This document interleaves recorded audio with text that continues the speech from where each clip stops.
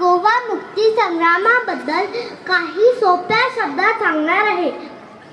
पोर्तुगीज साखळी तुटली, एक नवी पहाट आली. 19 डिसेंबरला गोव्याने खरी ओळख पाहिली. भारताला 1947 रोजी स्वातंत्र्य मिळालं, पण गोवा अजूनही पोर्तुगीजांच्या ताब्यात होता. गोव्याच्या लोकांना स्वातंत्र्य हवं होतं. त्यांनी खूप धाडस करून मोर्चे काढले, आवाज उठवला आणि देशभक्ती दाखवली. 19 डिसेंबर 1961 रोजी भारताने ऑपरेशन विजय या मोहिमेतून गोवा मुक्त केला. तो दिवस आपण गोवा मुक्ती दिन म्हणून साजरा करतो.